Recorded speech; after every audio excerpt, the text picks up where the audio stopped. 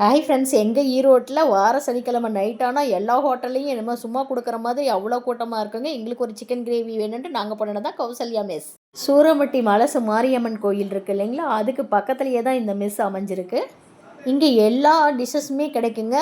ரேட்டும் வந்து ரொம்ப பரவாயில்லையாக இருக்கும். சின்ன ஹோட்டல்னாலும் சுவை வந்து ரொம்ப அதிகமாக இருக்கும்.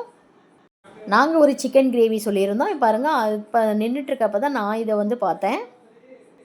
அவர் மாஸ்டர் இல்லைங்க, கடை ஓனர் தான். இவரே தான் பாருங்கள் எல்லா டிஷ்ஷஸுமே செய்கிறாங்க. நாங்கள் சிக்கன் கிரேவி சொல்லியிருந்தோம். அது சிக்கன் கிரேவி அங்கே பக்கத்தில் ரெடி ஆகிருக்கு. அதுக்குள்ளார யாரோ ஒருத்தங்க கலக்கி சொல்லியிருக்காங்க. இங்கே பாருங்கள், கலக்கியை ரெடி பண்ணிகிட்ருக்காரு. எனக்கு அந்த கலக்கியை பார்த்தோன்னே அப்படியே உடனே சுட சுட அப்படியே சாப்பிடணுன்ட்டு ரொம்ப ஆசையாக இருந்தது. கிட்டத்தட்ட ஒரு 10 தோசை பாருங்கள் போட்டு அதுக்குள்ளார எடுத்து வச்சாச்சு. அப்புறம் ஒரு கலக்கியும் அவர் போட்டுட்டார். எங்கள் சிக்கன் கிரேவி ரெடி ஆகிட்டு இருக்குங்க.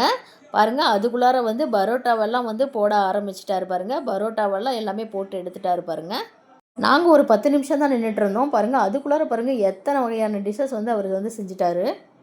நம்ம 2 பேர் 3 பேர்த்துக்கு சமையல் செய்கிறதுக்கு அடே சாமி அப்படிங்கிறோம். ஆனால் பாருங்கள், அவர் கடன்னு அடுத்தடுத்த டிஷ்ஷஸ் அவர் செஞ்சு கொடுத்துட்டே இருக்கிறாரு. ஹார்ட் ஒர்க் நெவர் ஃபெயில்ஸ் அப்படிங்கிறது இவரை பார்த்தா நம்ம தெரிஞ்சுக்கலாம்.